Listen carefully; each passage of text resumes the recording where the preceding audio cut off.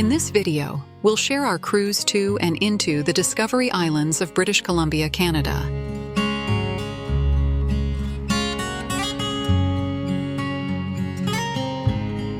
We'll publish additional videos covering our return and deeper detail, such as the recently published guide to Yuculta, Gillard, and Dent Rapids.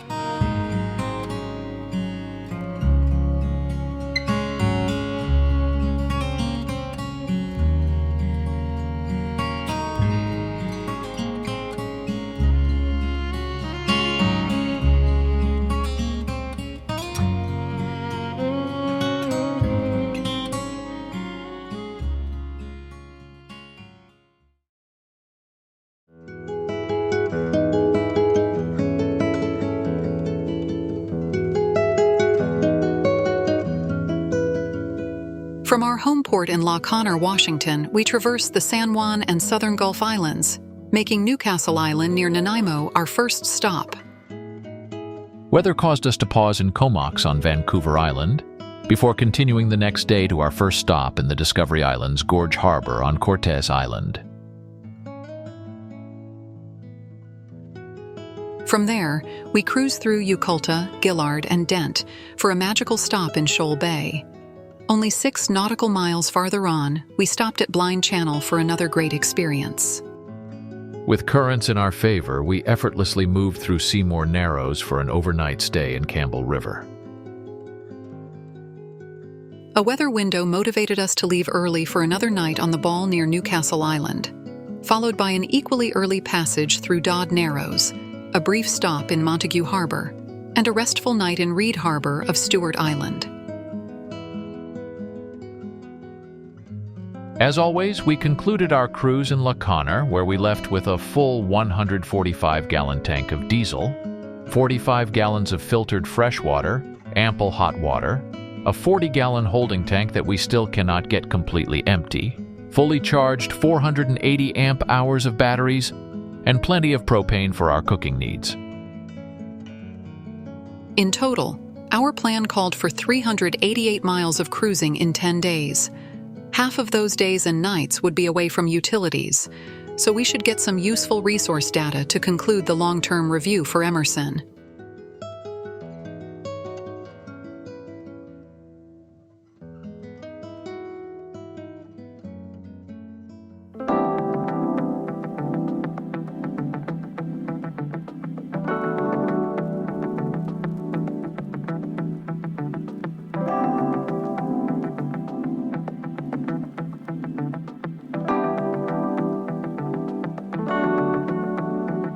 We like our alternate or backup charts to be from a source different from what we have on our chart plotters.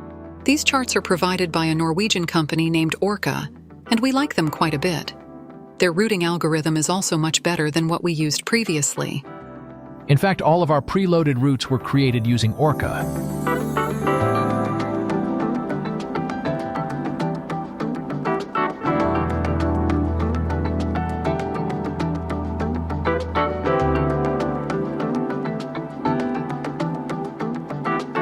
Goodbye, United States, and hello, Canada.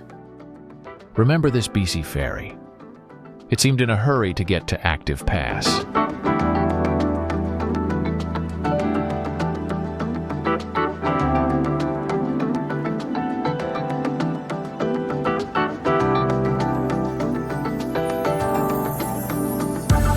Our ferry arrived, then backed away from Active Pass.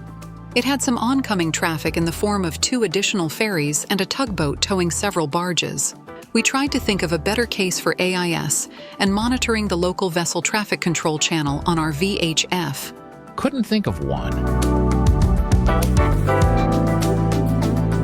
Not unlike the ferries, we had a schedule to keep, with Dodd Narrows and Sunset being the main drivers.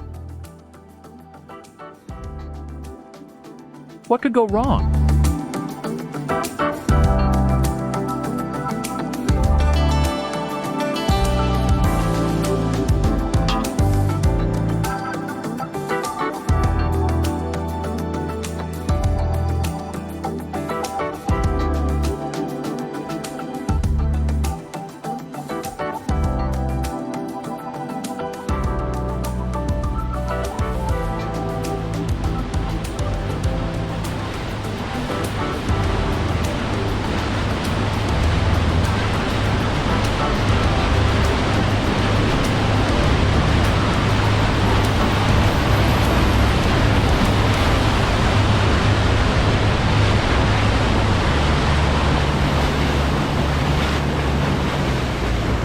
Did you catch it?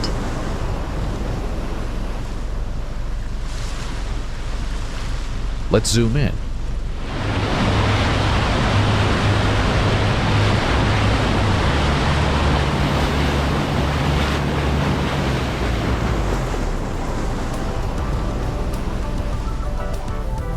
These 2 or 3 orcas were directly in our way until they moved towards the north shore of Gabriola. Once clear, we continued our ferry dodging to a vacant mooring ball in the Newcastle Island Marine Park just in time before darkness.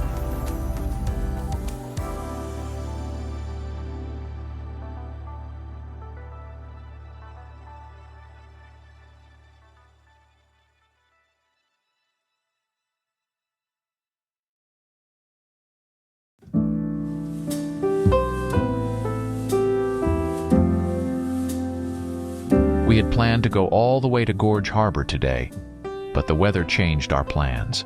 We decided to take advantage of the afternoon currents and stop in Comox to avoid some nastiness in the northern end of the Strait of Georgia later this afternoon. We did all right so far with Emerson's resources. Since we had the time and were not familiar with Comox, we topped off fuel and pumped out here in Nanaimo before heading north. Idling from the park to the fuel and pump-out docks bumped our battery state back up from 79 to 84%.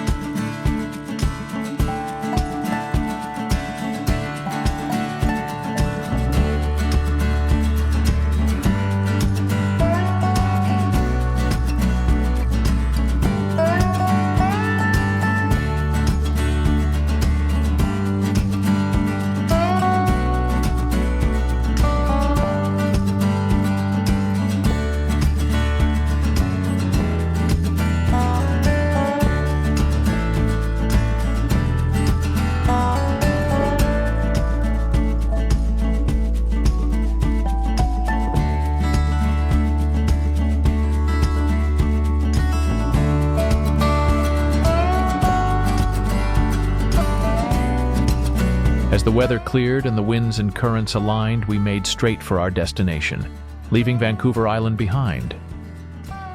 The weather forecasts had been less than perfect, and we were glad to reach Cortes Island and Gorge Harbour.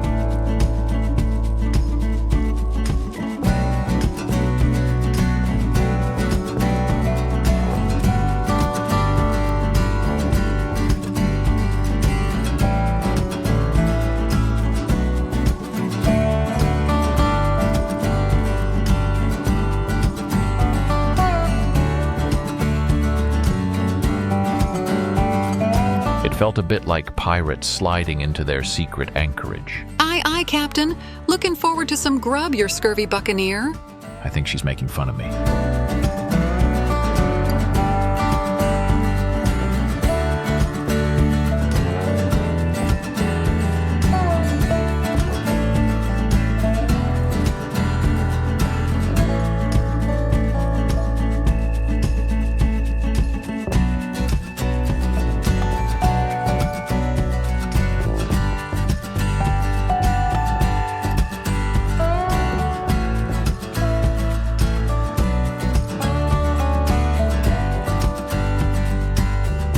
We departed early the next morning, so we topped off our diesel upon arrival. We did not want to start our day with only slightly more than half of a tank. Emerson had performed very well for us in sometimes sporting conditions, and we were looking forward to giving her some TLC. With the commute section of our cruise behind us, it was time to relax and enjoy our surroundings.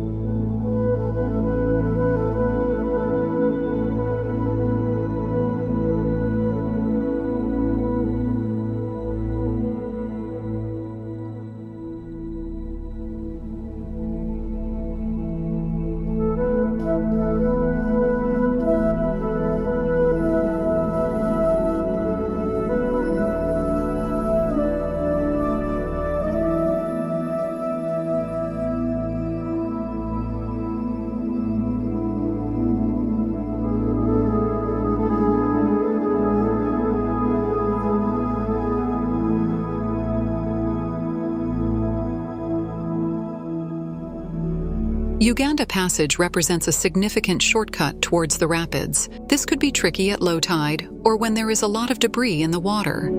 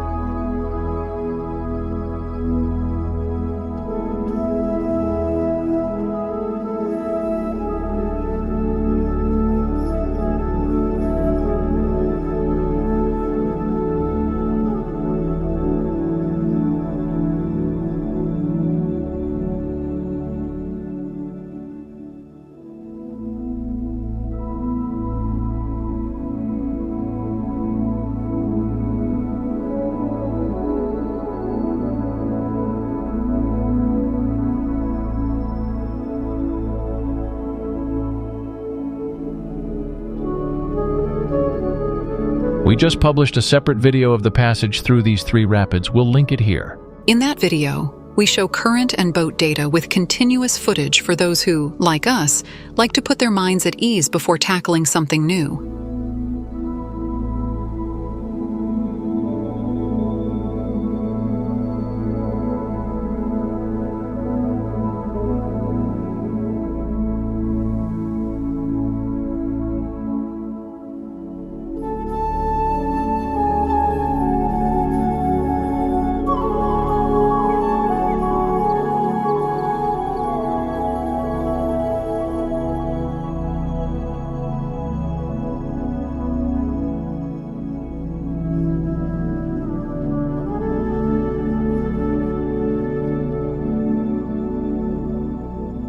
Shoal Bay offers a public dock without utilities, and paid moorage includes access to the property.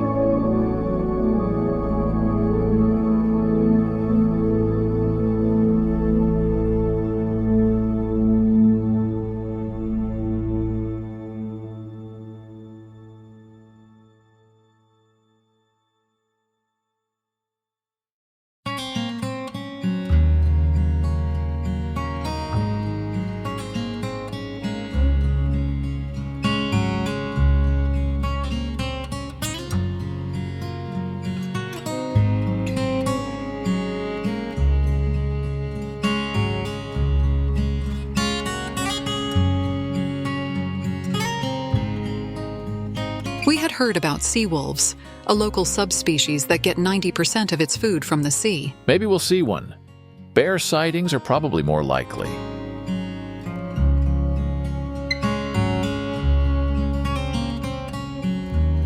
There are several cabins for rent with shared outside spaces.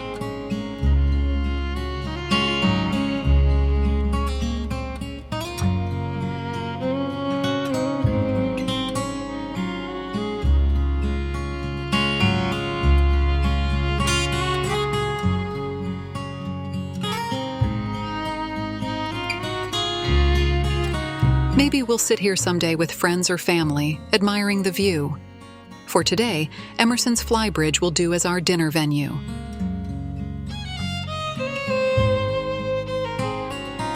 Join us in Part 2, when we visit the Blind Channel Resort, ride the current down Johnstone Strait and the Discovery Passage, then through Seymour Narrows with stops in Campbell River, Newcastle, and Stewart Islands, as we make our way back home.